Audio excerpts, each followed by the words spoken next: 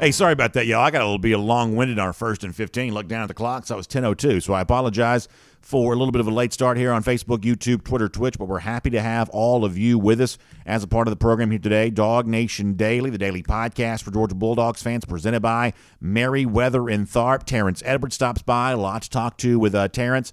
We're going to get some into the Georgia offense today, maybe what you want to see more of in the game on Saturday against Vanderbilt. We'll do some of that. We're going to hear from some Georgia players. It kind of occurred to me, we haven't really ever heard from Georgia players very much on the show lately. So I'm going to give you 3 different statements from Georgia players that I think are pretty valuable, both in terms of just sort of, I guess mainly just sort of establishing the mindset this team is approaching this Saturday with, and kind of the stuff that happens after that.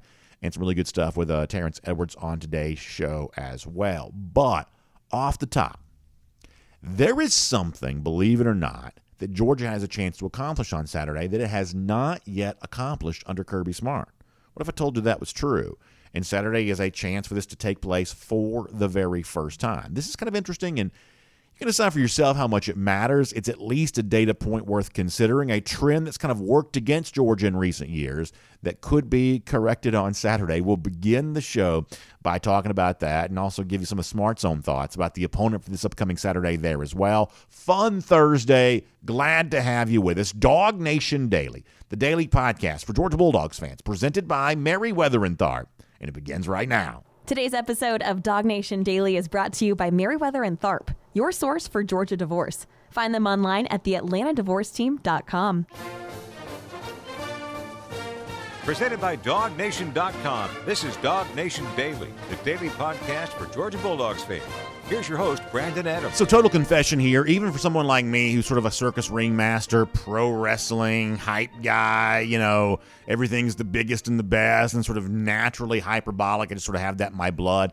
Even for someone like me, the Georgia-Vanderbilt game on Saturday is not the easiest sell here. Now, ultimately, this is what this is about. It's a great chance to be in Sanford Stadium again. I thought the weather last week was beautiful. I think the hope is on Saturday they'll have the same thing be true again. Our good friend Ella Dorsey from CBS 46 is going to be back with us this week. She's been on some vacation, but she's going to be back with us again tomorrow as part of our R.S. Andrews cool down and then on the Kroger kickoff on Saturday. So she'll tell us more about what the weather actually shapes up to be for Saturday then. But Saturday this past week, perfect against Auburn, and you're kind of hopeful for another one of these great tailgate days.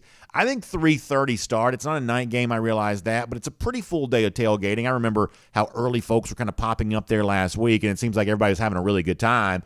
And so that's kind of the sell for Georgia-Vanderbilt. Hey, great chance to be between the hedges. You don't get much of an opportunity to do this. The opponent doesn't appear to be much.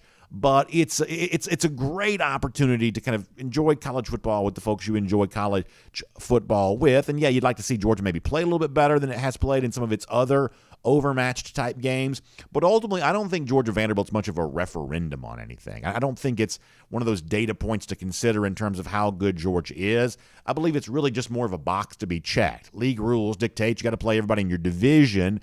And so, therefore, Georgia's playing Vanderbilt on Saturday because it has to, not necessarily because it wants to. But that doesn't mean there aren't some things to consider here. It doesn't mean there aren't some stuff we might be able to take away from the game. And obviously, in some respects, Vanderbilt is, I guess, a little bit more of an improved team than it's been in the past. Their season win total, for those of you that care about that kind of stuff, the over-under at the beginning of the season was just 2.5. And yet, in the month of September, Vanderbilt won 3 games.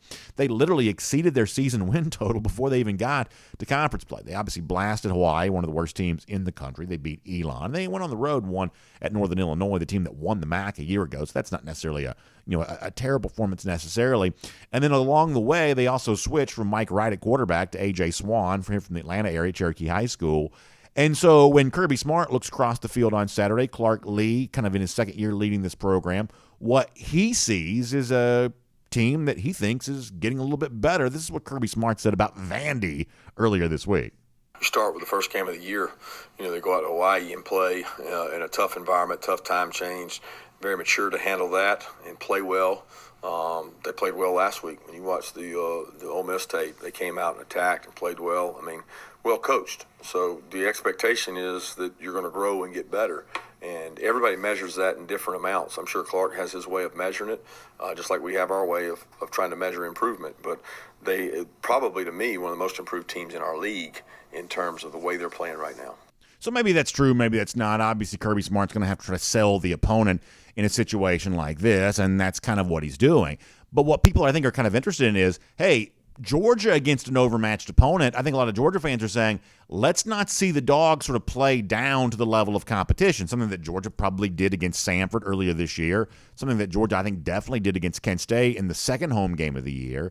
And then on the road at Missouri, listen, you can get into a tough spot sometimes in the conference when you're playing in somebody else's stadium, but nonetheless, Georgia was a huge sort of 30-plus point favorite that day against Missouri and was in a fight for its life just to win the game. So there's this thought on Saturday, hey, I don't care if A.J. Swann is kind of a fun quarterback. I don't care if Vanderbilt is, as Kirby Smart says, kind of an improved team. Georgia is still, at last check, like a 38-point favorite in this game.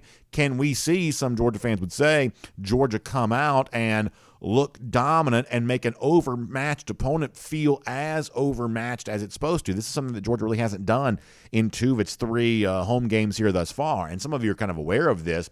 When it comes to these like really big home spreads, to those of you who care about point spreads and gambling, or for those of you who just want to see Georgia flex what it's supposed to, a lot of you are aware, the number being 38 right now, Georgia's actually on an 0-9 streak, failed to cover in its last 9 instances as a favorite of 38 or more points. This actually predates Kirby Smart because there was also an instance in 2015 where this happened. You have to go back to 2014 to find an instance in which Georgia covered a 38-plus point spread at home. That's kind of where the number expects to sit on Saturday's game against Vanderbilt. So I don't put a ton into that because while they haven't covered, a lot of these games have been blowouts, but just sort of underneath the number, and there's a lot of variance kind of associated with very big point spreads and things like that. So I don't necessarily put a whole lot of stock into the fact that Georgia's not covering these gigantic point spreads very much. But when you have a Kent State game where you didn't cover it by a long margin, and obviously the road game against Missouri, well, all of a sudden that starts to mean a little bit more. An example of the fact that Georgia probably, as one of the teams that we would consider among the national elite, just sort of needs to play better than that. I think that's probably fair to say. However, there is something else from a trend standpoint that I do think that Georgia ought to be paying more attention to on Saturday. And it's the kind of thing that you probably ought to notice if you're thinking about kind of where Georgia sits and how Georgia compares to sort of previous year teams. And I'm going to use a clip here from Kirby Smart as a setup for that. So Smart was asked the kind of question, obviously, that he hates. They're playing an SEC game on Saturday, and the off week comes on the other side of that. Now, no matter what Smart says, the truth is I'm sure they are looking forward to this off week. You got A.D. Mitchell who's banged up. You got Jalen Carter who's banged up. You got a bunch of guys right now that if you're a Georgia fan, you're hoping gets healthy for the big stretch run that it's on its way. And the off week prior to playing Florida is valuable time in that healing process. But Kirby Smart, knowing that Georgia has a game this Saturday, and you want to respect your opponent, things like that. He wasn't paying any attention, wasn't talking at all about the fact that Georgia knows that it's got the bye week coming up next Saturday, but he was asked the question. This is what Smart said about that here this week. I hadn't even thought about the bye week. I mean, I'm concerned with Vandy and getting our team better. To look at the bye week right now would be dishonorable to Vandy. I mean, let's be honest. This is a good football team. I just told y'all they're one of the most improved football teams, and we respect and value that in our organization, how their kids will play and how they played last weekend. So one quick aside here for a moment. Kirby Smart says, hey, I don't want to be dishonorable to Vanderbilt.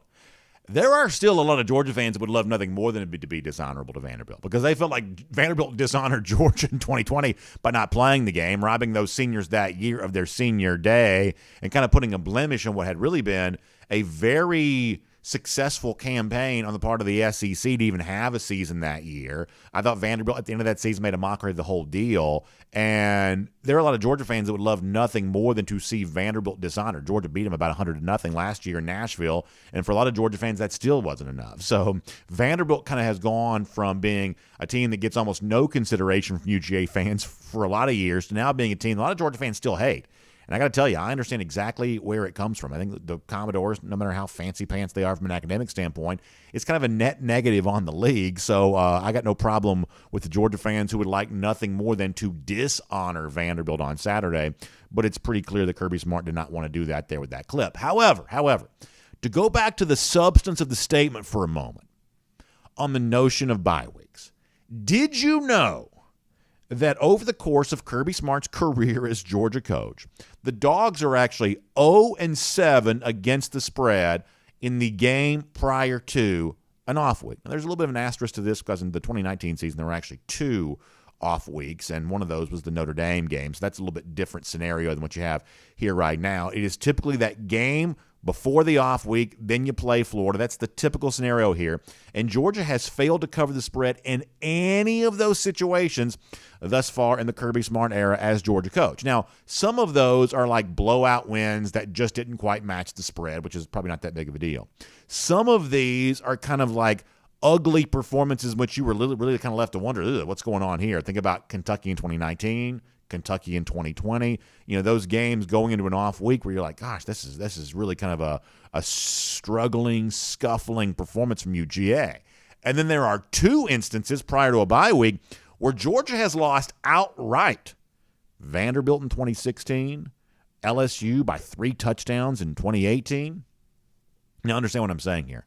I'm not suggesting that Georgia's going to lose on Saturday. That's not what I'm suggesting. I am suggesting this, though, that for whatever reason, in this particular spot, Georgia hasn't played very well, whether it's because they are holding back a lot of players from injury, whether it is because their mind is sort of thinking to the off week and what typically is a little bit of a pickup in business as you move back into the season, moving towards Halloween week and into November. Whatever the reason is, this has been a little bit of a soft spot in previous years for the Georgia schedule. So to sort of keep that in mind, whether you plan on betting the game, the point spread, or anything like that, think about this relative to expectations. Georgia has typically underperformed the week before a bye. So with a lot of talk right now about leadership, who's stepping up for Georgia, what's the mental level of focus, what's the maturity level of this team, I think it actually becomes a real opportunity to show that on Saturday. Previous Georgia teams have not looked particularly good the week before an off week. Some of them have just flat out lost games. This is a chance on Saturday for Georgia to show some maturity. Yeah, it's an off week coming up. Yeah, you got some players banged up. Yeah, you got to kind of try to find your own emotional energy level given the fact that you're not playing an opponent of very much note. These are all things which previous Georgia teams maybe kind of had a hard time kind of rounding into form with. But on Saturday, Georgia has a chance to show, hey, this team is different. This team does have more maturity. This team does have more leadership. This team does have more level of focus. This team really is ready for the games that matter. If you can play big in a game that doesn't matter, if you can have a sharp edge to you there, all the better chance, I'm guessing anyway, all the better chance you have that same level of edge, energy, and focus for the games that do matter more as you head towards November. So maybe something to watch for. In a game that otherwise doesn't matter very much, how does Georgia play? Does it play like it wants to be there? Does it play like it wants to dominate? That's not something all Georgia teams have shown in the past, and maybe that is something these Dogs can show this upcoming weekend. My name's Brandon Adams, and this is DawgNation Daily, the daily podcast for Georgia Bulldogs fans, presented today by Merriweather and Tharp, and glad to have you with us, no matter how you get to us today. 9:45, 1st and 15, dawgnation.com, DawgNation app, 10 a.m. after that, Facebook, YouTube, Twitter, Twitch, all kinds of video platforms for you to watch the show on. Of course, radio at noon on Athens Sports Radio 96 The Ref, podcast, Apple, Spotify, all the various podcast platforms. Just really happy to have you a part of what we're doing here today. And so grateful for our friends at Merriweather and Tharp for making it all possible. We have great sponsors around here, and I'm so thankful for them because the chance to speak to you across all these platforms and be here live or be on demand for those of you who connect after that, most of you kind of do that. Whatever way you access us, we couldn't do what we do. I wouldn't have the platform to speak to you if it wasn't for our sponsors who make all this possible. And none better than our friends at Merriweather and Tharp. I love Bob Tharp, one of the partners there, and Ashley's wife, and they're just a great group of folks that work with them there at Merriweather and Tharp. And certainly I love talking Georgia football with them. They've been a part of a lot of the big things that we've done, which is always so much fun. But beyond that, I also really, really love what they can do for our audience. And listen, I know people who have been through divorce, who are going through divorce right now. I see the pain that is accompanied with that, and I see the heartbreak that kind of goes along with that in some respects. I am not immune to that. Thankfully, I haven't had to go through that myself, but I have certainly walked through that journey with people who I love and care about, and I know how important it is when you see someone going through that to have a strong advocate on your side to help prepare you for what comes next. This is all a journey, step by step by step. The goal, the destination you hope is a happier tomorrow. And when you have a great advocate by your side explaining the law, telling you how you can leverage it for your benefit, helping you win in the areas that matter when it comes to the relationship with your children, your finances, all of those things that are kind of important, I guess, spokes off the hub that is the divorce conversation. Our friends at Meriwether and Tharp, they understand all of that. They know the stakes of the game when it comes to you and your story and what you want next in your life. And so my invitation to you is, and I think you should do this, is to find out the website, theatlantadivorceteam.com, theatlantadivorceteam.com. Find out what I've been saying for a long time, that Meriwether and Tharp is your source for Georgia divorce. Tell them your story. Let them tell you what to do next. Make the decision to hire Meriwether and Tharp to handle your divorce proceeding here, and I think you'll be glad you did. And I think when you look back on a happier future and a better tomorrow, a successful next season of your life, you'll look back on the decisions you made now as the thing that set all of that in motion. So check out our friends at Meriwether and Tharp, your source for Georgia divorce, online at theatlantadivorceteam.com. That is theatlantadivorceteam.com. All right, so good to have you here today. It is Terrence Edwards coming up in a moment. We have a fun announcement to make when Terrence is with us here in a second. I'm looking forward to doing that. Before that, though, I do want to go around the doghouse. And around the doghouse presented today by our friends at ServPro, which I always love because they've done great work for us here. And obviously a lot of Georgia players hoping to do great work on Saturday and beyond here for the Georgia Bulldogs there, too. And it kind of occurred to me, we haven't really heard from a ton of Georgia players on the show over the last little bit. It seems like we've done a lot of Kirby talk here, and maybe haven't had as much from some of the Georgia players. So I wanted to kind of change that up here for our Around the Doghouse here today. Let me start with Christopher Smith. Obviously, we talk about leadership for Georgia. One of the key leaders in that Georgia defense is Smith there at the safety position. We've seen him make big plays already for Georgia. We know in the biggest games, Georgia's going to need him to make more big plays here coming up. And this is what Smith said earlier this week when he looks across at his opponent for Saturday, Vanderbilt. This is what he sees. A.J. Swan, much like Kirby Smart talked about a moment ago, one of those names kind of steps up for him prominently. This is Smith from earlier this week. I seen some of the film, they got a great quarterback, great team as everybody else, the rest of the SEC. So, we're going to have to get in there in the film room. The coach is going to give us a good game plan to carry out, and, it's going to be a hard work week. Even though this quarterback is maybe young, he's very talented as well, as long as the quarterback that we faced last week. So, we just going to have to go out there and execute like we always do. So that's him talking about the challenge of A.J. Swan. Let me tell you why I think that statement matters and what I think is interesting about this. I'm a big believer that what we saw defensively from Georgia last week was probably the best overall defensive performance of the year from the Dogs. Not anywhere close to the low point in terms of points allowed, but I think a better overall representation, I believe, of what championship defense is going to look like for Georgia over the remainder of this season. And part of that is because I thought you saw a relentless amount of pressure towards Auburn quarterback Robbie Ashford. And you didn't get him down on the ground. You didn't get credited with a sack. But Ashford had a lot of throwaways. He was truly under duress all day long. And I think against Swan, who's also kind of a good athlete and really kind of for a young quarterback, certainly already pretty impressive, can you keep that going? Can you have him running for his life all day long? And can you convert some of those pressures actually into sacks? Because you do still need the negative plays. You do still need that lost yardage. You do still need the sacks. But I've been a big believer that a lot of this kind of stuff works like a ratio, that if Georgia is getting the kind of pressure it got last week, eventually the sack total is going to go way up there too. So on Saturday against a quarterback that has earned some respect like Swan, can you continue to do that? I think the words of Christopher Smith give you a lot to think about there. On the other side of the ball, last week we heard from Stetson Bennett that he felt like his team may have been pressing a little bit offensively at the beginning of the game. The interpretation there is maybe trying a little too hard, wanting to succeed so bad that it made you a little tight, or maybe not, quite as good as you could be, less than your best. And obviously this upcoming Saturday to kind of come out and play more relaxed, play a little looser, certainly seek improvement over where the passing attack was last week. That's a big challenge for Georgia on Saturday. Before we're done in today's show, we're going to talk a little bit more about that, but clearly kind of establishing a different mindset from the word go is going to be really important. And some of that's going to lean on Stetson Bennett and his physical traits, how well he throws it, and I would certainly hope more of the running type stuff that we saw from him on the long touchdown run last Saturday. But also some of this is kind of the intangible part, kind of the stuff in the huddle, the stuff on the sideline, the stuff getting ready for kickoff, bringing some of that leadership to the forefront. And that's something that wide receiver Jackson Meeks says that the players see in Stetson that maybe the fans don't always get to. This is Jackson Meeks and his quarterback from earlier this week. Stetson's a great leader. He's very vocal. More than it may seem, he's very vocal. And he tries to keep everybody in a calm mindset because Stetson stays at a calm pace. Like, whether he goes out there, throws a pick, goes out there and throws a bomb, he's the same guy. So that's Jackson Meeks saying, hey, listen, we're going to lean on Stetson Bennett. We're going to let his leadership come to the forefront. We're going to sort of seek that as we hope for a better offensive performance there on Saturday. And then finally one more, and I wanted to spend a second here on this. On Saturday, with Smile Mondon not playing, with Georgia a little bit banged up at the linebacker spot right now, we saw a guy get to emerge who has, he's been waiting his time there at UGA. And I think this story is both good and important.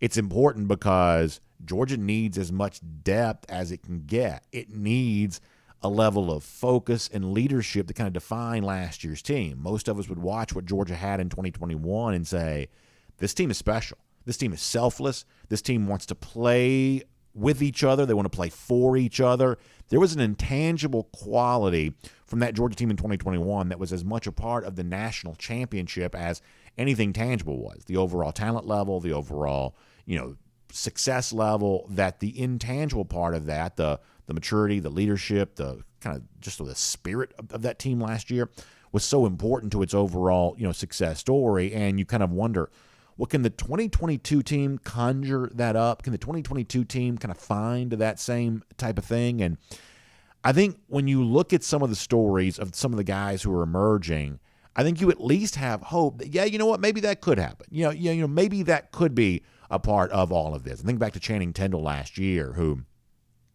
is a guy that was a big-time recruit coming out in the class of 2018, kind of a reserve player, not getting to play, I'm sure, nearly as much as he would have wanted to play for a long time. And he never gave up, never quit, never, tucked tail and ran, never tried to find a place where the grass was greener and the path was easier. He was willing to do what was hard, and he was rewarded for it, both in terms of where he got drafted and also in terms of just kind of how he was, just the role that he played and what ultimately became a national championship team. That was a successful story for Channing Tindall a year ago. And you're kind of reminded of a guy like Ryan Davis on this year's team, another one of those linebackers who, Davis injured in high school, spent a lot of his time injured in college, and not getting a chance to be a part of this story to a place like Georgia. I'm sure people in his hometown were wondering, hey, Ryan, when are you going to get your chance? When are you going to get your chance to show why you got that trouble nickname? When are you going to show that trouble at the SEC level? I'm sure at times he doubted himself. In fact, he's even admitted that.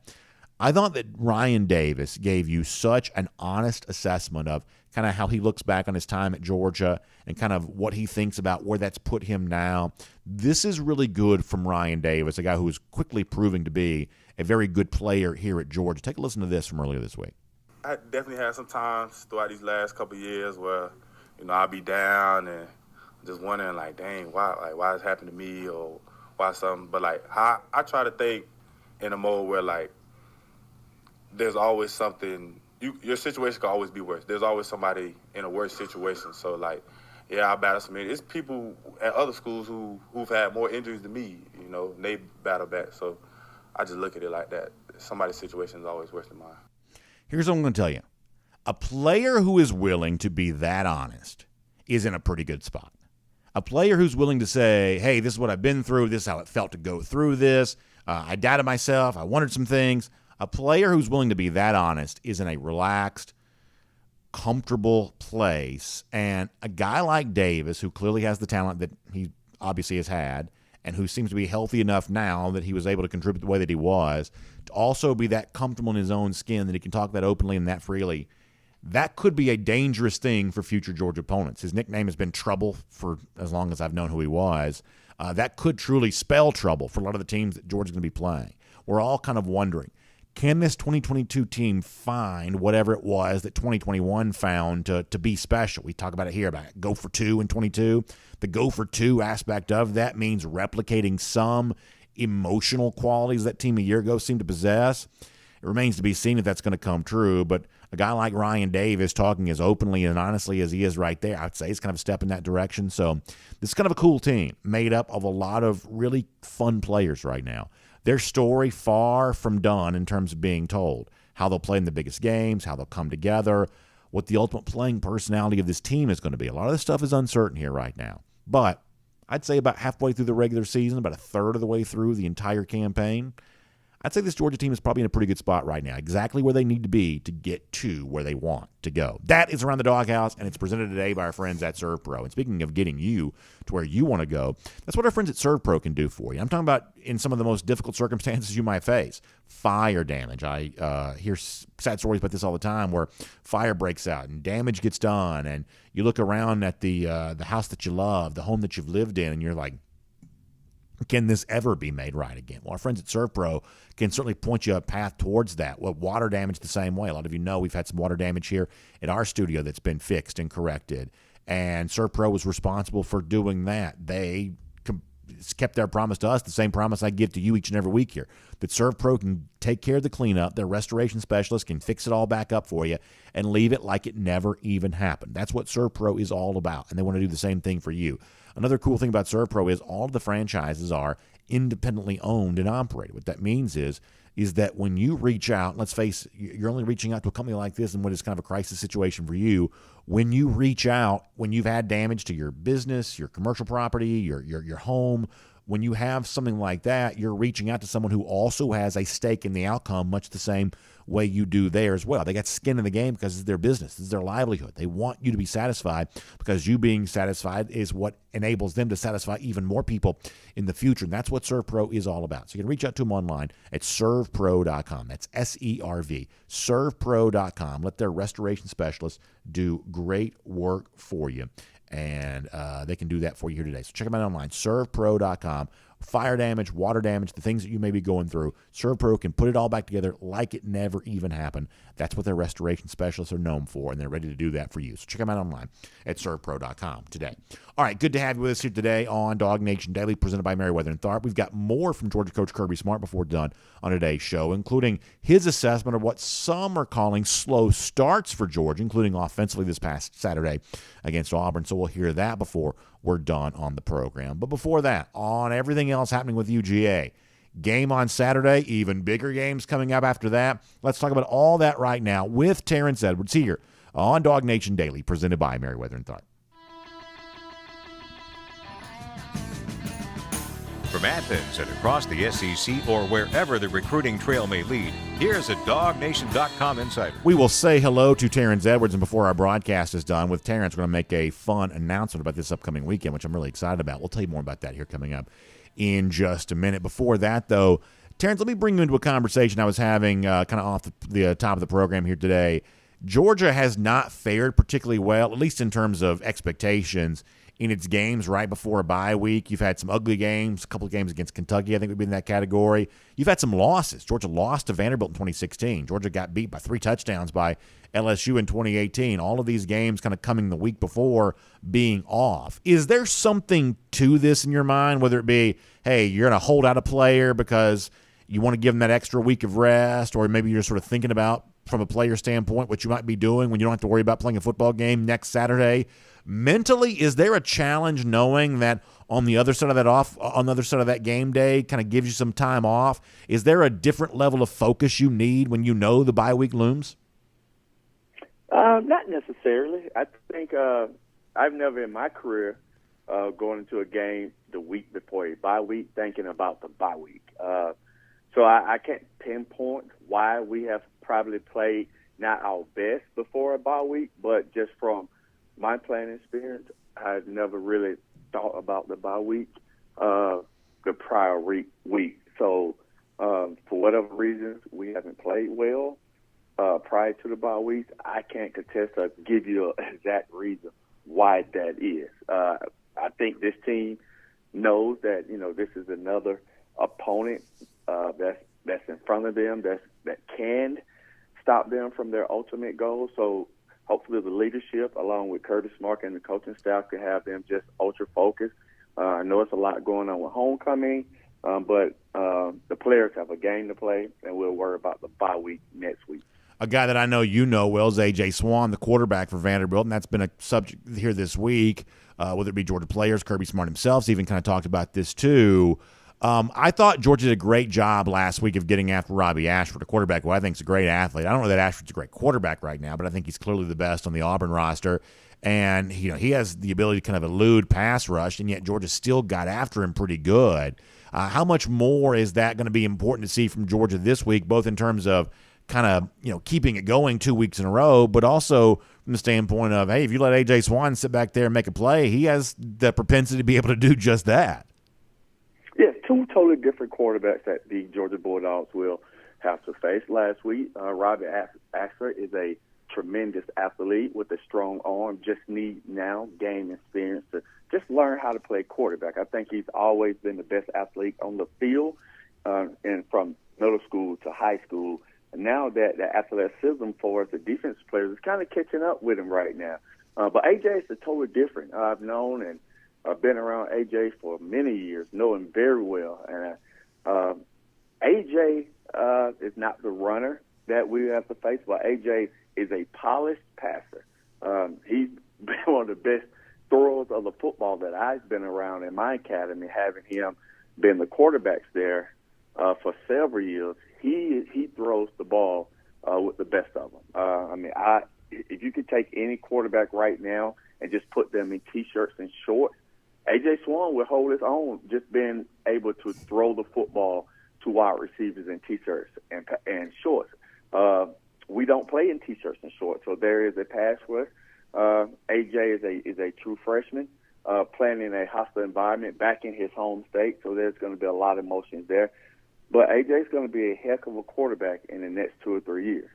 To me, it's a little bit of an example. This is kind of off the subject here for a minute, but when I was growing up, Terrence, the state of Georgia, you got your defensive linemen in Georgia, you got your running backs in Georgia, you got your overall athletes in Georgia.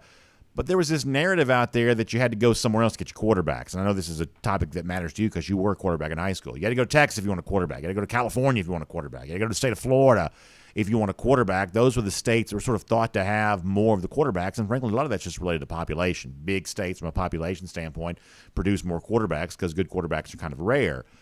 Isn't it amazing how much the state of Georgia, who's kind of always been at the forefront of talent at most positions, is also now just sort of a big-time hotbed for quarterbacks too on a week-to-week basis? You see this as a coach there at Milton, and I see this kind of broadcasting these games. The state of Georgia has just gotten so much deeper in recent years when it comes to the quarterback position, and a guy like Swan starting in the SEC here so quick into his college career is kind of another example of that. Oh, most definitely, and I can attribute that to a lot of great quarterback coaches here in Georgia. And, one of my close friends, Tony Ballard, who AJ trained with throughout his time. Ron Veal is another guy. Enrico Hines is another guy. And several more that you have really, really good quarterback trainers. And these kids are starting to train from Pee-wee football all the way up. The spread offense and the throwing the football has really boomed. The 7-on-7 has really boomed. So these guys are throwing the football and understanding concepts at a very early age. And when I was coming up, we just wasn't doing that. I was a run-based offense and threw it maybe 5 to 8 times a game, where these kids now are throwing the football 25 to 30 times a game now. And, that's the way football has exploded. And we have talent. I mean, you look at Vanderbilt, 2 quarterbacks, they're from the state of Georgia, with Mike Wright and A.J. Swan. Both of those are from the state. So the state has exploded, man. We have a lot of good quarterbacks. And I think the best one that's going to come up in the near future now is someone who I've seen since he was maybe 6 years old is Juju. I've been around him, and look what he's doing as a true freshman at Carrollton. So the state of Georgia now, I really would put us on the state with California, with Texas. Yeah. With Pennsylvania, Ohio, like we have that type of quarterbacks right now. No, I think that's exactly right. One more thing on this game Saturday, then I want to kind of look at some other stuff here for a moment. We're going to talk more on the show today, and it has been talked about, slow starts offensively, the Auburn game, which I thought overall was a pretty good game for Georgia last Saturday, more good than not. It did feature, kind of a slow start offensively. Georgia only had 14 points at the half, as for instance. There were a lot of, 25 passing yards for Stetson Bennett. I think you and I both would say that you got to be better than that, and being better early in the game just makes everything else easy that comes after that. How much are you hoping to see more, I guess, improved play from Georgia offensively early. How much are you hoping to see that from Georgia on Saturday? I'm hoping that we're able to, and slow starts, and I listened to Coach Mark's press conference, and I agree with him when the slow starts is a relative term. You know, what slow start means to us as fans and media may be a little different than him, but I would like to be able to move the football for that first few drives. You know, that's where you're trying to figure out what the defense is doing and vice versa. I just don't like to go 3 and out. That first drive, you can go 3 and out, but the consecutive drives after that, you got to see a proponent of moving the football and hopefully scoring some points. I would love for Georgia to be able to do what we did against Oregon and go score on every possession, but that's just unrealistic. But slow starts doesn't mean you have to score points. Slow starts means that you are going 3 and out and not getting first down.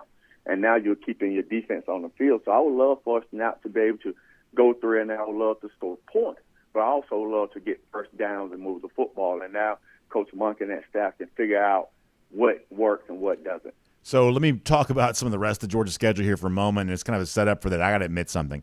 Terrence, I'm really into this Alabama-Tennessee game on Saturday. You know, same time as Georgia-Vanderbilt. And obviously, you know, the Dogs my sort of first love. It's my job to watch that game, and I will be.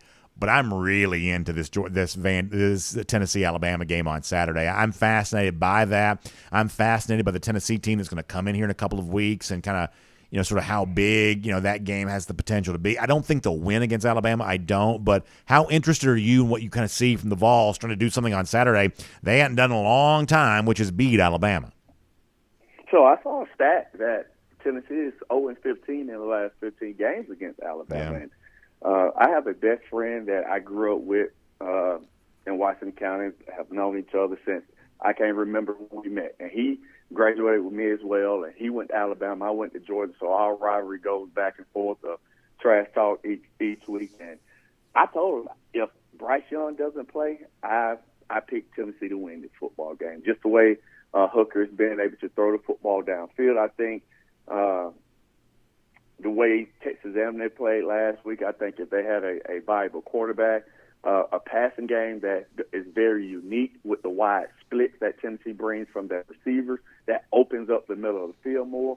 So I think Tennessee is going to bring unique perspective offensively. And if Bryce Young is not playing, I got Tennessee to win this game. Oh, wow. How about that? So looking to Tennessee to go out there and get that win, that would certainly set up this game in a couple of weeks. I mean, that's about as big a game at home as Georgia's had. If you're talking about an undefeated Tennessee team that would be ranked in the top 3 against a Georgia team that presumably would still be ranked number 1, Terrence, that's as big as probably has ever happened at Sanford Stadium. Now, obviously, there's a big mountain to climb for the Vols here this week, a huge if about beating Alabama. But if you do, I mean, you're setting up for just a massive game here in a couple of weeks. Oh, most definitely. I've circled this on my calendar since the release of the schedule. I think this game here sets up, for me, whoever wins this game wins the East. I think Tennessee and Georgia are the best 2 teams in the East. Defensively, they are not as great as their offense, in my opinion. I think offensively they're better than defense, so you can move the points. So I wouldn't worry about Georgia not being able to score points against them. And I think what we have defensively, like we did last year, we'll be able at some point to slow that offense down. But I'm loving just honestly, I'm loving what Josh Heupel is doing with Tennessee. And for a football head, someone who played in the SEC, I love for Tennessee and Florida to get back to being Tennessee and Florida. I just like the rivalries. I like the competition.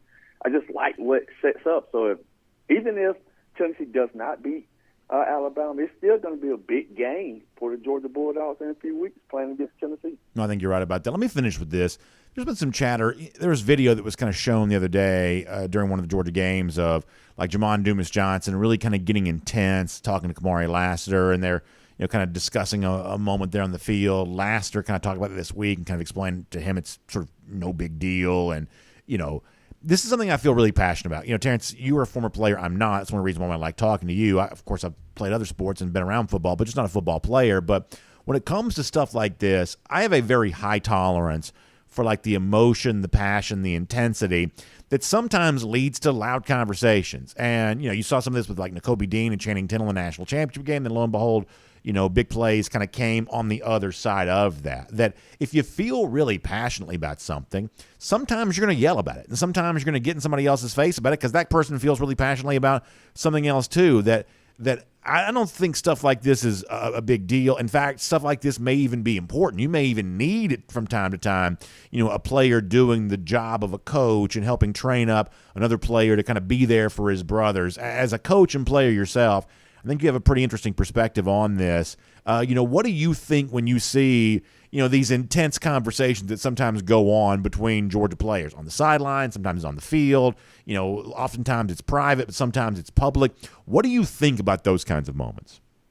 I have no problem with it as long as the leader who's displaying the emotion to another player, he holds himself accountable as well. When he is not perfect, he's able to say, my bad, in front of I messed up. He's able to take that same type of criticism from another player because that's what leaders do. We're never going to be perfect. But if you look at the encounter, Kwame Lasseter was looking at Jameis in the face.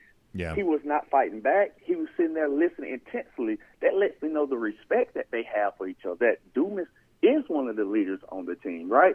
It wasn't a back and forth. It wasn't a conversation where I thought that they was about to square off on the sideline. I think Kwame on that play, it was a scramble drill, and Kwame, when you have a scramble drill, every DB has to lock to a receiver that's closest to them and allow the front seven to chase the quarterback. And he came off a receiver, and that was a big play in that game. And he know he messed up, so just take it, hold yourself accountable, and get ready to play the next play. So those type plays, they are normal, as long as the person who's doing the screaming and the yelling holds himself accountable as well when he makes a mistake. So let's make a big announcement here for a moment. It's really fun. On Saturday, it is homecoming for Georgia-Vanderbilt. That means a lot of all-time Georgia greats going to be back on campus, including our very own Terrence Edwards. And Terrence, what this means is, I've talked about this, is for our DawgNation postgame show on Saturday from the UGA bookstore, Terrence Edwards is going to join us live. Now, a lot of times on Saturdays, Terrence got kids. They're playing sports. Everybody's doing all kinds of stuff. And so Terrence is not always able to be with us live. He's always good enough to join us via the technology hookup there. But on Saturday, in person at the UGA bookstore. So when a lot of folks come by to see us on Saturday, not only can they see me, they're going to get a chance to see Terrence Edwards as well. And Terrence, let me be just the first to say how excited I am to have you there in person on Saturday. We will do the DawgNation postgame show together live. I hope it's a great conversation. It'll be fun, important conversation no matter what, but I hope it's fun after a really, really big Georgia win. But either way, I am so happy to have you in person live to do this with us on Saturday. I'm really excited about that. Yes, I am too. I knew that, Damian Gary texted me this week and asked me whether I was going to come to the game. When Damian calls, I come running. Everyone knows that's probably my best friend on the team. And so I'm going to come to homecoming, participate with a lot of my former teammates. I just told you, I'm going to be at the game. And when you asked me, do I want to do it live? Heck yeah, I want to do it live. So I love the opportunity that you and I be the first time that we do it live. And I can't wait to watch the game first, see a lot of my old teammates and a lot of people I went to school with, and then do the post-game show live with you. Terrence, can't wait for that. It's going to be a lot of fun. We appreciate that. Looking forward to that. And hope you have a good time with Damian. All the great former Dogs going to be there on Saturday. Y'all enjoy yourself and take advantage of that chance to be back on campus again. And then we'll see you for a little bit of business after that on the DawgNation postgame show. We'll look forward to talking to you then. See you Saturday.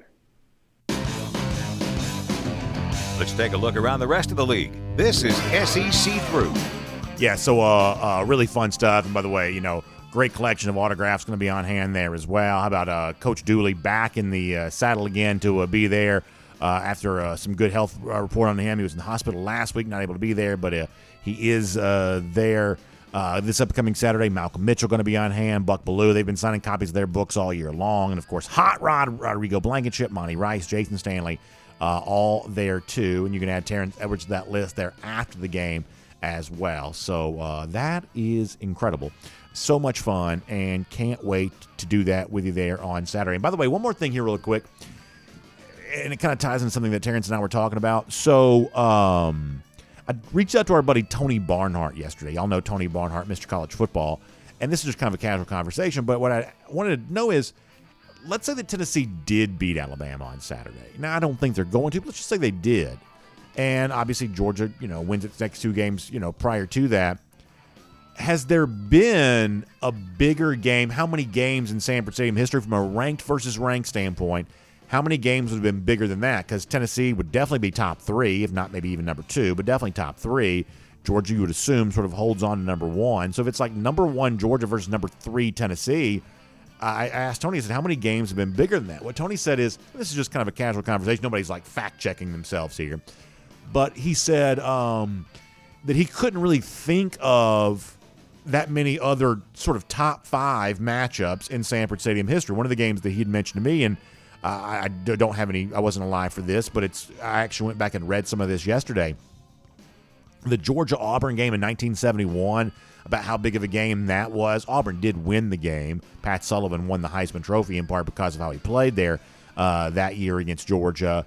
But that was an example of very big game, very hyped, early 70s game for Georgia there in that spot. And so other than that, you're talking about, not that many examples of like top 5 type matchups. So keep that in mind. If Tennessee were to win, you're potentially talking about, and as I'm going to be hesitant to say this because it sort of comes across as super hyperbolic, but you're potentially talking about one of the biggest games, if not the biggest game from a rank versus rank standpoint in Sanford Stadium history. So that's what's potentially at stake here if the Vols do win this game on Saturday. More on that, by the way, coming up in a moment. Before that, though, let's go cruise around the SEC courtesy of Royal Caribbean. And something I'm not afraid to hype up too much because I know how much fun it's going to be. That is our Royal Caribbean cruise coming up. DawgNation going to be setting sail on Independence of the Seas in April. Can't wait to be a part of that. I continue to hear from so many of you who plan on being a part of it with us, which I am really, really excited about. And in addition to that, I'm also excited about a couple of other Royal Caribbean cruises I have coming up there as well. When I have some time off, when I'm getting away with my family, when I'm getting away with my wife, I think the best getaway for us is a Royal Caribbean cruise vacation because it's kind of a one-stop shop for everything we need. Great food, great entertainment, beautiful locations. You kind of get all of that on a Royal Caribbean cruise vacation. That's why I go on so many, including one coming up in December. I've got one coming up in February. Obviously, we're going to be all together on the DawgNation cruise coming up in April. When I get a little time to get away, it's a Royal Caribbean cruise vacation that I want to be on. And my invitation for you is, if you've never experienced one, experience one today to find out why I feel that way. Or experience one with me this upcoming April. Our good friend Jessica Slater is going to help you do that. You can give her a call, 770-718-9147. That's 770-718-9147. You can also check out the website that she has made, royaldogs.com. That's royaldogs.com. And you can find out why we're going to have so much fun in April, and you can make your decision to be a part of it. Independence of the Seas, going to Nassau in the Bahamas, going to Perfect Day, Coco Cay, that private island right there in the Bahamas, having a great time doing it. So let's talk about a couple of angles on Alabama, Tennessee here for a moment.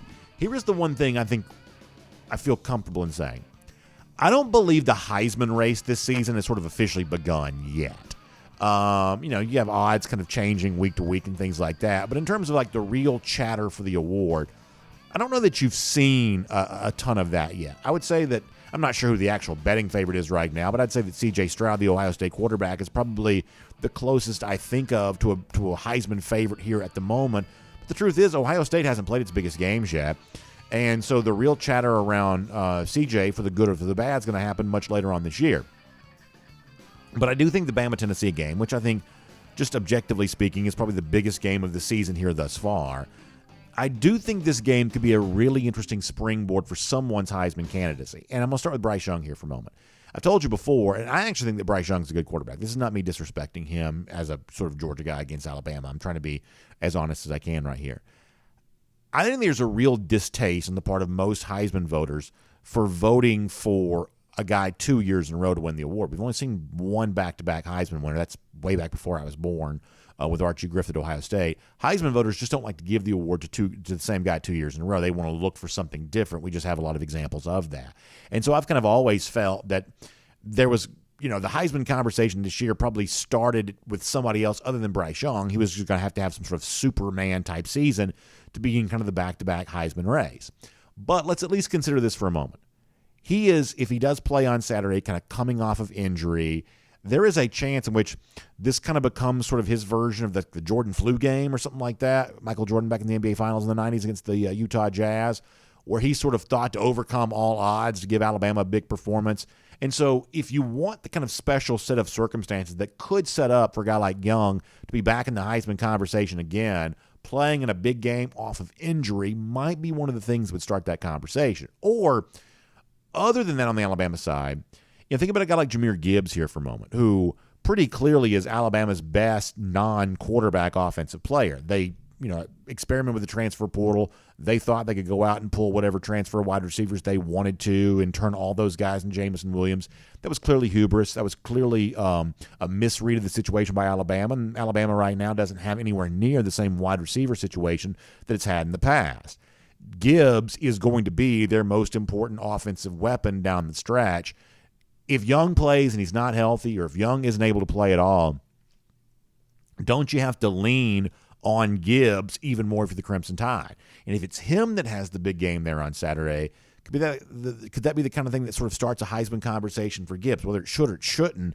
Being kind of the sort of face of the Alabama program offensively, that's been good for Devontae Smith, that's been good for Mark Ingram, that's been good for a lot of guys in recent years. Could that also be good for Jahmyr Gibbs? At least worth considering. Now, on the flip side of that, Hendon Hooker, obviously, I think Hooker's a good quarterback. Once again, I'm not going to sort of trash him. I don't believe in Tennessee in this spot, but it's not necessarily because of a Hendon Hooker situation. I think that Hooker is a good player, and if he were to win this game on Saturday, then he's pretty clearly in the Heisman conversation on the other side of that. Let me also just kind of give you this, and this is not a report. There's a little bit of internet chatter about how healthy Hooker might be right now, too. So obviously, we know that Young is injured, but at least a little banged up, at least a little hurt. There's a little bit of injury chatter around the Hooker thing on this here, too. So just kind of keep your eye on that on Saturday as it relates to Hooker in this game for Tennessee there, too. One more thing on Tennessee here for a moment. It has been reported, local outlets in Knoxville, that Jalen McCullough, the safety who was facing the felony charge, he was arrested on, I guess, a sort of a battery type thing going back to something that happened in an apartment complex. He is still practicing here right now, so his status for Saturday is uncertain. Now, listen, a safety doesn't move this point spread at all. He plays, he doesn't play. That does not impact the point spread, not even one single point. Tennessee's pass defense is terrible with him. How much worse it's going to be without him. So the McCullough thing is not necessarily a big factor in who wins and loses this game on Saturday, but it is a potential distraction for a Tennessee team that obviously is kind of riding an undefeated streak right now, and obviously looking ahead to this third Saturday in October this weekend as one of the big games they're going to play. I also have been kind of reading a little bit about the circumstances of his deal there. Apparently somebody entered the apartment that he lives in, and that's what kind of started the altercation. So on the one hand, it sort of feels like self-defense, but on the other hand, I guess the battle sort of allegedly spilled out of the apartment, kind of into the sort of common area there. And I'm no lawyer, but it seems like this situation is maybe a little bit complicated there for McCullough, so maybe worth considering there on that. And then a couple other things here just for a moment. Keep your eye on some of the games for teams outside the SEC here this weekend. If you care about point spreads, a couple of point spreads may catch your eye as being a little different than you might expect them to be. Clemson, a very small favorite right now, about 3.5 points or so, against Florida State there on Saturday. It's a Florida State team we've seen lose a couple of times. This is a Clemson team that seems to be kind of rounding into its form here a bit. But as it stands right now, Clemson's not a very big favorite against Florida State on Saturday. Is that an indication from gambling experts that the Tigers could be in for a little bit of a struggle against an Atlantic Division foe in Florida State? And the point spreads may be different than you might expect. Also for a USC team, it's kind of gotten some hype, and everybody seems to think, Lincoln Riley left Oklahoma at the right time. They've lost 3 straight in conference, have the Sooners. USC, point spread underdog at Utah this week. Some of that's just related to the home field advantage, Rice-Eccles Stadium there in Salt Lake, probably with due respect to Eugene, Oregon, probably the toughest home field advantage maybe in the Pac-12. I'd put Oregon on that list too. There aren't a lot of tough home field advantages. Utah is one of those. Utah is also, despite the fact they lost last Saturday at UCLA, still a pretty good team. But USC is a team that's had some hype, a team that's had some chatter. And on Saturday, they are expected to lose. So keep your eye on USC, keep your eye on Clemson. There's a couple of those kind of playoff contender types who are expected to be challenged in conference on Saturday. And then finally, there's this. I saw where Stephen A. Smith, the ESPN media gadfly that's been on every TV show that you can find.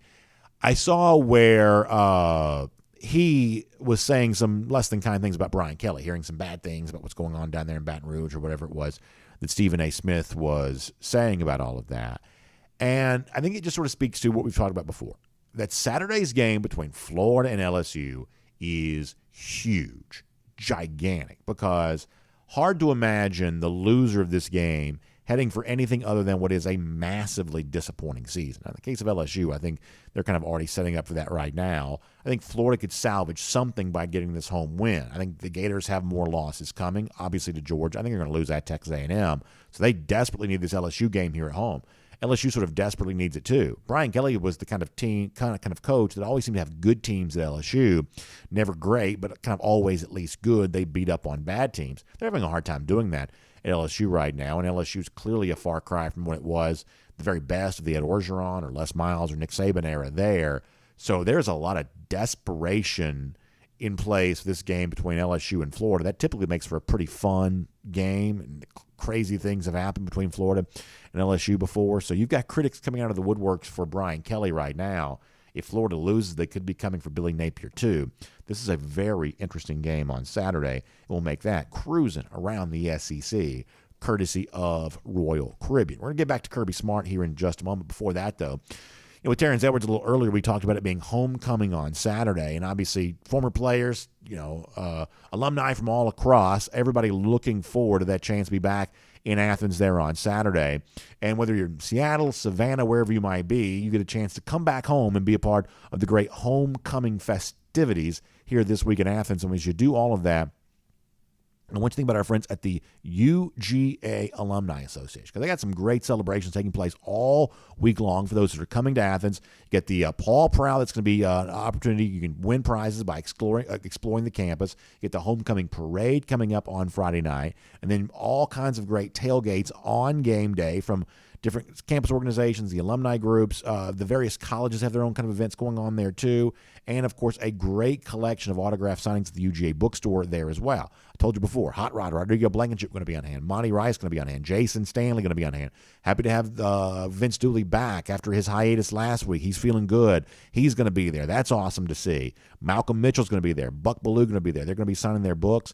And then if you can't be there in Athens for the great events with the Alumni Association, all about homecoming, also know there's some great game watching parties no matter where you are, across the country, across the world. It's amazing how many folks we hear internationally that are UGA grads and kind of somewhere else doing something different with their life right now, but still thinking about their home state and their home university. And, of course, the UGA Alumni Association is there for them, too, helping dog fans stay connected, because with the UGA Alumni Association, you never have to bark alone. And you can find out more about the big homecoming week festivities by going to alumni.uga.edu/football. That's alumni.uga.edu/football. And you can find out more about that today. Not that I can speak of. Oh, excuse me. I'm sorry. We're not wrapping up the show. That's my fault. That's my I was getting ready to wrap up the show. We got more content to deliver here for a moment. So let me set this up. So Kirby Smart was asked a pointed question here earlier this week about, hey, kind of gotten off to a slow start against Auburn and, had 14 points at the half. Stetson Bennett only had 25 yards passing. Is this kind of in keeping with the other things that have gone on for UGA in recent weeks? And let me be very clear about one thing here. I do not think that the Auburn game on Saturday was like Missouri or like Kent State or any of the other sort of play down to the level of competition type games. Georgia, I thought, made a relatively decent statement against Auburn. They covered the spread, for lack of a better way of describing it. They pulled away late, but they also dominated defensively for almost the entirety of the game. The rushing attack was a big factor almost the entirety of the game. There was a lot more good than not for Georgia on Saturday against Auburn, but it was not a great day, at least for certain aspects of the offense early on in the game. And from that standpoint, it seems fair to say a little bit of a slow start for UGA. But that particular phrase is not necessarily something that Kirby Smart says he agrees with. This is what Smart said about that going back to Monday. Now let's hear the Kirby Smart clip. Not that I can speak of. Some missed opportunities, but it's an opportunity to grow and get better each day at practice. And our guys have kind of adopted the mentality that they're going to do that each and every day. They get to go against a really good defense in practice, and I think everybody defines slow differently. So I don't let our guys fall vulnerable to maybe what you think slow and what we think slow. I think that's the definition for each party. I think when you play in the SEC, you play against really good quality defenses, and usually at the start of the game, they're at their best. So I think there's an element on that from Kirby Smart, which is simply not wanting to participate in what he thinks might be an emerging narrative. Sometimes he does that. I also think he's right when he says, hey, sometimes it takes 60 full minutes for the better team to truly emerge, and I think that's been kind of true for George over the course of time, that you don't stop the game early and say, okay, what's happening now?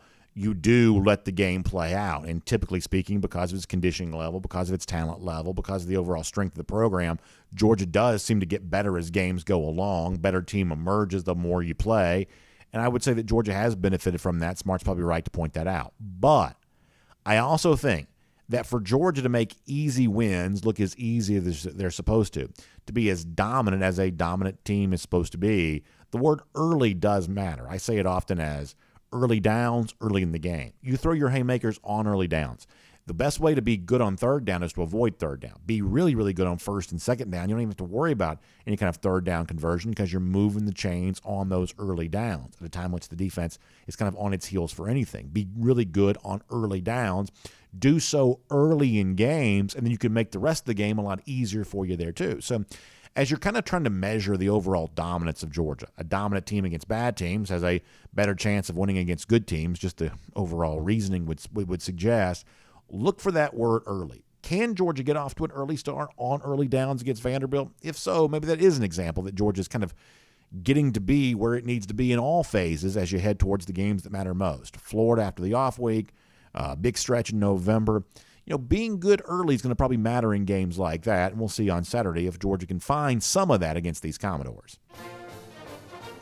Now we'll wrap up the show after the Kirby Smart clip there a moment ago. And as we wrap up, I do want to say this. Now, Georgia coaches and players, they can't look ahead to what's going to happen past Saturday against Vanderbilt. You heard Kirby Smart say that on today's show. But we do know that on the other side of Saturday, it is great to be a Gator hater once again. And if you go to our DawgNation store, that's dawgnation.store, or if you click the link at the top of the page at DawgNation, or we even have this QR code thing that we're using from time to time, you could even click that QR code. You can get into the there's the QR code right there. If you're watching on video, you can see that.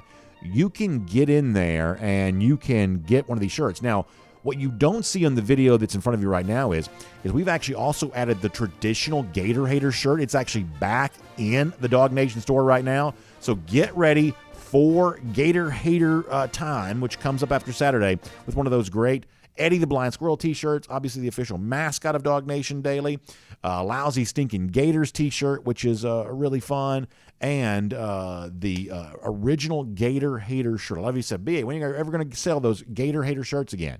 And the answer is we are selling it now. If you go to the DawgNation store, which is dawgnation.store, or the top of the page at dawgnation.com, or just use that QR code that's right there on your screen, you can be ready to go to get ready for the next couple of weeks in the rivalry we think that matters more than any other, the one with those lousy, stinking Gators. Speaking of them, long time since they've won a national championship. How about 5,026 days? And in Jacksonville, 16 days from right now. A lot of Gator haters have that date circled. We have it circled, as you know, and we will see you tomorrow on DawgNation Daily, presented by Merriweather and Tharp. And on video. Time now for the R.S. Andrews cool down.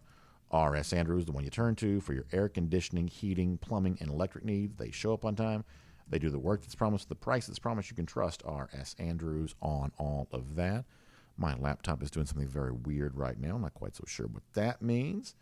And we will be a big part of all of that with you. Let me just go off my phone here for a moment, y'all. I apologize. My laptop is not going to cooperate here today. I'm not quite so sure what all that is about. But I'll pull this up here, and we will have a great time. So on YouTube, maybe it is working now. Maybe it is working now. All right, let's see. Pardon this. I don't know what that's doing. All right, here we go. On YouTube, Spencer Clark looking forward to the future of Gunnar Stockton at Georgia. That could be a lot of fun. I think you'll there as well. Thomas Tyson likes representing those North Georgia quarterbacks. Gunner's obviously one of those, but as far north in Georgia as you can get up there in Rabun County. Kirby's vising the subject of C.J. Stroud. Yeah, we'll see.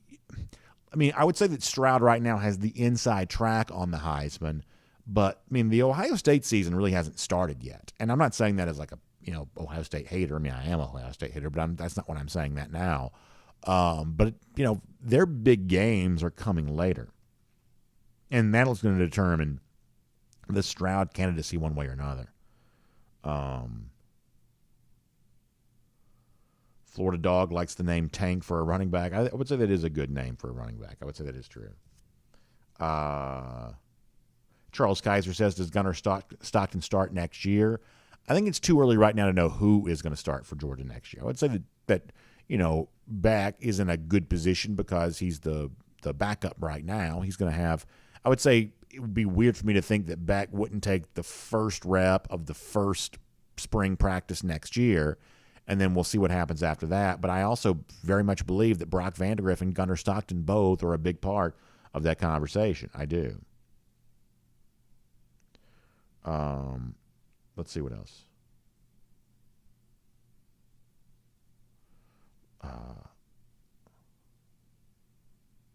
RJ Allday says that you can't have a slow start and the defense on the field against a team like Tennessee. Yeah, I mean, you're going to have to match some of their explosiveness offensively. That's true. I mean, Tennessee's a team that's built very different than Georgia. They are probably better offensively, but they're also much worse defensively. So it's two different kinds of teams, contrast in styles. But I agree with you. You do have to match some of what they do, and you need to match it early in the game. I think that's probably fair. Let's see what else. Antoine Sampson says Stephen A. Smith and Shannon Sharp's obsession with Coach Saban is as bad as Bayless' obsession with Brady. It drives me crazy. I can't watch him mostly because of that. It kind of amazes me, though, that, I mean, college football is the second most popular sport in America. NFL is number one. College football is number two. And I don't think there's any dispute.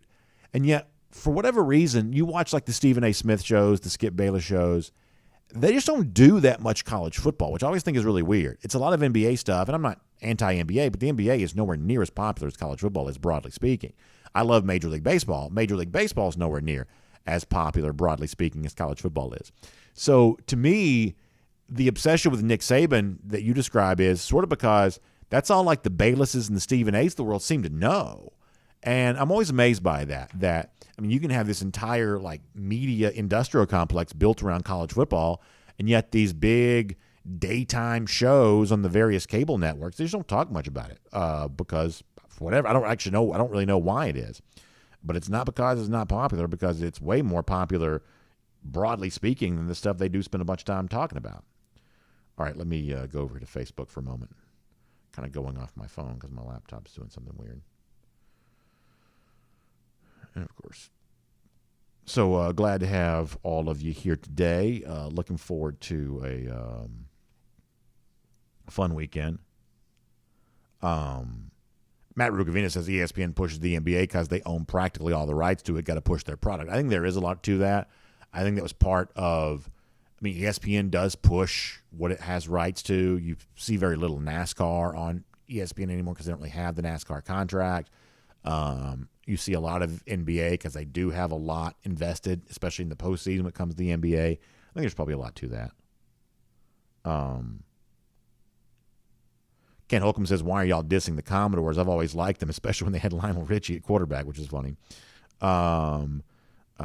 He says he saw the Commodores, the actual cool Commodores, the ones that do had Lionel Richie, at Sanford Stadium. That's really cool. He said no. He says a concert with him at Sanford Stadium would be great. He says, oh, wait, am I confused again? That's really funny from Kent. Yeah, that's really pretty funny. Pretty funny. Al Chandler says is back in no man's land. Yeah, he's not. I mean, he's not in no man's land. Beck is doing what a lot of quarterbacks do. He's competing for a job, and he's competing for his chance. And as you're competing with a guy above you, You've got guys competing below you who are trying to take what you have. And who knows how it's going to work out. But nothing weird has happened or is happening with Carson Beck. He is a number 2 quarterback who one day hopes to be the starter. Sometimes those guys get a chance to be, and that turns out great for them. Mac Jones at Alabama is an example of that. Jones came into Alabama the same year that Tua Tagovailoa did, sat behind Tua, sat way behind Tua. Eventually, though, he became the guy and became one of the great quarterbacks from a single-season standpoint in Alabama history, and his patience paid off. There are other examples of that where you bide your time, you wait, and yet somebody younger than you or newer than you steps up and takes your spot from you. It's just sort of the nature of football. Nothing is guaranteed, but one of the reasons why you don't see a lot of Georgia quarterbacks transferring and going other places is because I think they rightly understand that nothing's guaranteed anywhere else either. And that's just kind of how that goes.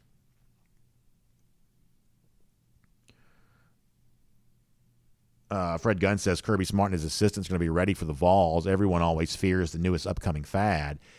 Yeah, I mean, we talked about this earlier this week, that when it comes to offenses that are a little bit different than what you see on a week-to-week basis, that Georgia has shown you in the past, they're willing to do some work on that. Jake Fromm told us on Tuesday, the way you do that with the team without making it think that they're not focused on their current opponent is to sort of slip it in like a fastball period or a NASCAR period, playing extra fast in a situation like that. The players don't think, we're working on a different team. They just think they're working on a different pace. And yet that probably is designed to kind of replicate what a future team is going to do. I'm guessing the scout team itself probably works on the offense for a Mississippi State or a Tennessee as a way of getting ready for that this is just what good coaching is. This is why you have an army of analysts so you can get ready for future opponents. And I do expect that Georgia's kind of doing some version of that. And I would say that the Mississippi State, the Tennessee offenses are just different enough that a little bit of extra preparation probably matters. I know that a lot of folks kind of thought that when Heupel was coming into the division that, it's the kind of thing that it's a little bit faster, it's a little bit wider, it's just a little bit different, and the kind of thing that, near the end of the season was a little bit of a change of pace that a team like Georgia was going to have to be ready for. But last year, the Georgia proved they were more than ready for it. Let's see what else. Walter Pagel, no, I did not see the game from out in California between Bosco and Mater Dei. I did not see that. I'm sure it'd been a great game, though, but I did not get a chance to see that.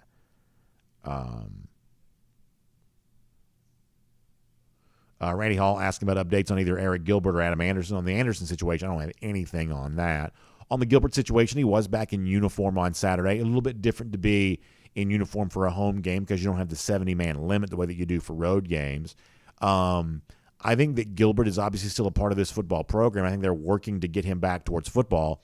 But I would say primarily they're kind of working to get him back towards maybe a little bit more of a healthier perspective prior to being back playing football again. I think that he's on a pretty significant journey right now, and it's a journey that's going to take him more than just the year that he spent last year kind of getting back ready for it. So I don't really have Gilbert playing anytime soon on my radar. I hope that he does, but I don't really have that on my radar as much right now.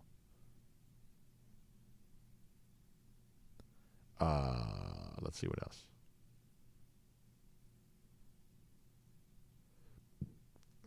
Go over to dawgnation.com in a minute. So, on dawgnation.com, pulling up the comments there, and my laptop was doing something funny earlier, so I had to switch over here to the phone here for a moment. All right, on the Dog Nation comment section here for a moment.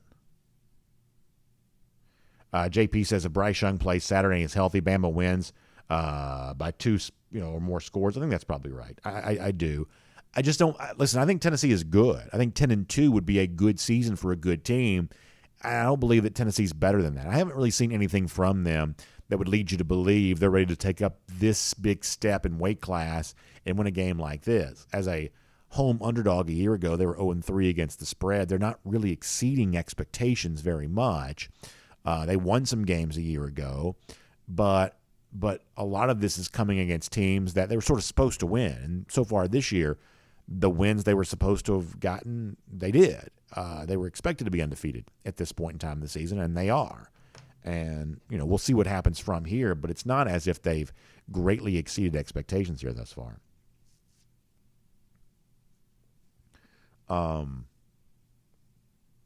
Johnny Troublemaker says last year versus Vanderbilt, JT had us set up 35-0 the first quarter. Kirby pulled him and said Stetson Bennett deserved to play. By the same token, this year doesn't Beck deserve to play after 3 years of working hard and being loyal? I don't think the situations are the same. I think I don't. Last year, Georgia did not know if JT Daniels would be available to them down the stretch. They just didn't know. And they had to make a decision based on what they thought they could depend on, which was Stetson Bennett. And, you say a lot of things, but that's ultimately what that came down to, is they just couldn't know for sure if Daniels would be available to them because he had been hurt a lot. And I don't blame him for any of that. I'm not a doctor. I can't medically diagnose that. But my understanding was he'd missed a lot of practice. And you needed to have a guy in at quarterback that you thought was going to be able to practice on a day-to-day basis. You just needed that. And so when Kirby says Bennett deserved to play, I'm assuming that's probably what he's kind of referencing there. And this year it's a different situation. They weren't just rewarding Bennett for his loyalty a year ago. They were nodding in the direction of, we may have to go to this guy because we're not quite so sure that JT Daniels is going to be available to us. And that was the decision that Georgia made a year ago. And I don't believe I don't believe they win the national championship unless they do that, because it became a rallying point for the team last year. And that's just kind of the way that played out. And I would say the situation this year is just completely different. JP says, if Tennessee loses to Bama Saturday, look out for Kentucky against them in 2 weeks. He says Levis may be back by then. They play us the next week. It's a home, but that could be a spot for a big letdown. I think a healthy Kentucky team gives them all they want. Kentucky's already won in the swamp. Yeah, I don't think much of Kentucky right now. I'll admit that, but they're still a dangerous opponent in a road game for Georgia at Lexington. It is a dangerous game. Spencer Clark says it's fair to say that Bennett is better than JT.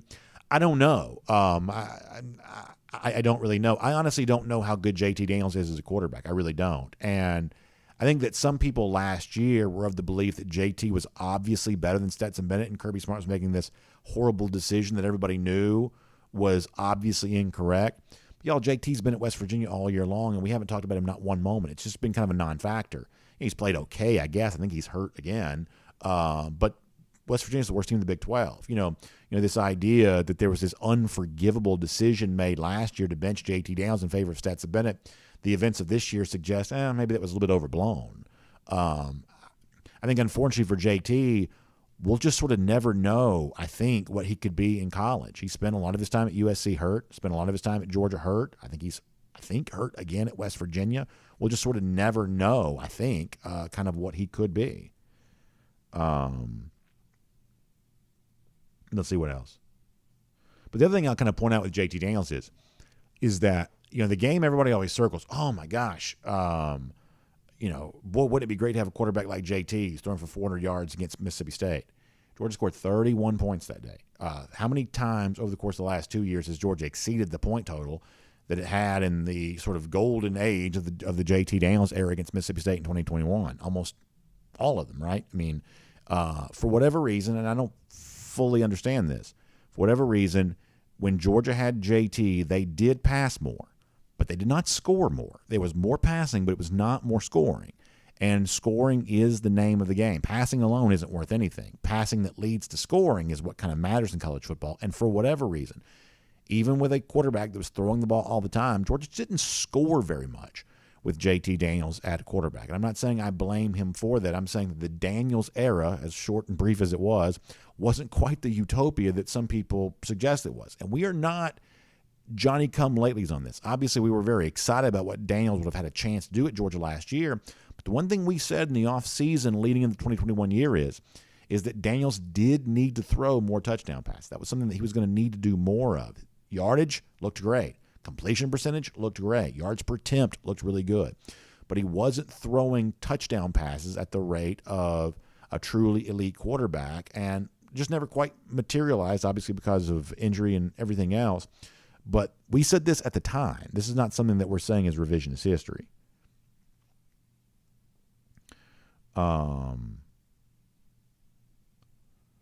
James F. says the team that JT plays on is not that great, and if he were a better quarterback, he'd have a chance to play on a better team. And that's just the way that it goes. That teams that did need transfer quarterback, LSU, teams like that, they just didn't go anywhere near JT Daniels, and that's just a fact. Jonathan Aaron says, even if Bama beats Tennessee, I think College Game Day will still go to Athens. What are your thoughts? Yeah, I hadn't thought about that. That's a good point. Seems hard to imagine they won't. Now, the weird thing about that is that'll be 3 Tennessee games for them in 1 year, which would seem to be kind of a lot. But also, didn't they do 3 Georgia games a year ago? Didn't they do Georgia, Florida, and then back-to-back home games? So maybe that's not a deal breaker. Frank Patterson, I did not see a tweet from Raymond Cottrell about a surprise coming. I did not see that. I'll have to look into that. And Jeff will be with us tomorrow. Maybe we'll talk about that.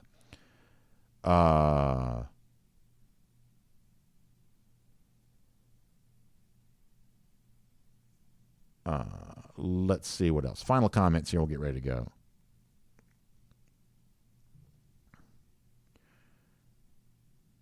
Oh, goodness gracious. Never easy. All right. Let's see if I can. Well, no, that's not working. Let me just do dawgnation.com. We'll get ready to go. Anything else over here? Randy Hall asking about the Tennessee defensive back who's in a little bit of trouble. That is Jalen McCullough. That's the safety there on that. DT says, is it an advantage for UGA to play Tennessee after Bama as the Dogs' defense is similar to Bama's? I do think it's an interesting watch. Now, I think for coaches, they probably watch so much film that whatever extra information you might get from that, they probably already gleaned from some other source. But I would say that for the average fan, this makes for a more interesting viewing experience because it is easy to imagine that that Bama's approach might be similar to Georgia's. Now, the one thing that Alabama does have going for it, it is a little bit more of an established pass rush with guys like Dallas Turner and obviously Will Anderson. You've got a little bit more of an established pass rush for Alabama, but it is a reminder. If those guys have big days, it is a reminder that Georgia has to have that against Hooker. That pressure alone is not going to be enough in a game like that because Tennessee's going to hit his explosives. They're going to hit a handful of those. You can't, completely prevent all that from taking place. They're going to hit some of those. And when they do, you're going to have to be able to negate that with some of your own dynamic defensive play. So I don't know how much the coaching staff benefits from a film like that, but for the average fan, it becomes a lot easier for us to all understand the nature of the game because Tennessee is a future opponent. Alabama is a similar style, at least in some respects. And so it probably makes for a little bit more of a, a full-on conversation there about that. But we're going to have to leave it there for today. Thank you for being here. On our R.S. Andrews cool down, you can find R.S. Andrews online, rsandrews.com, for your air conditioning, heating, plumbing, electric needs. They show up on time. They do the work that's promised, the price is promised. You can trust them on that today. Water heater goes out. In many cases, R.S. Andrews can replace it for you the same day. So just make sure you find them online at rsandrews.com. Also, check out the AJC. Braves get a very important win last night. A game that was supposed to start in the daytime. Obviously, the rain impacted that, moved to night. And the Braves offense showed up what it needed to, getting the win in a pitcher's duel against the very formidable foe that is Zach Wheeler for the Phillies. So that was nice to see. And now series shifts back to Philadelphia. You can touch on more of that there at the AJC, ajc.com for that. Also, have a great day, y'all. And we'll see you back here tomorrow for DawgNation Daily, presented by Meriwether and Tharp. We'll look forward to talking to you then.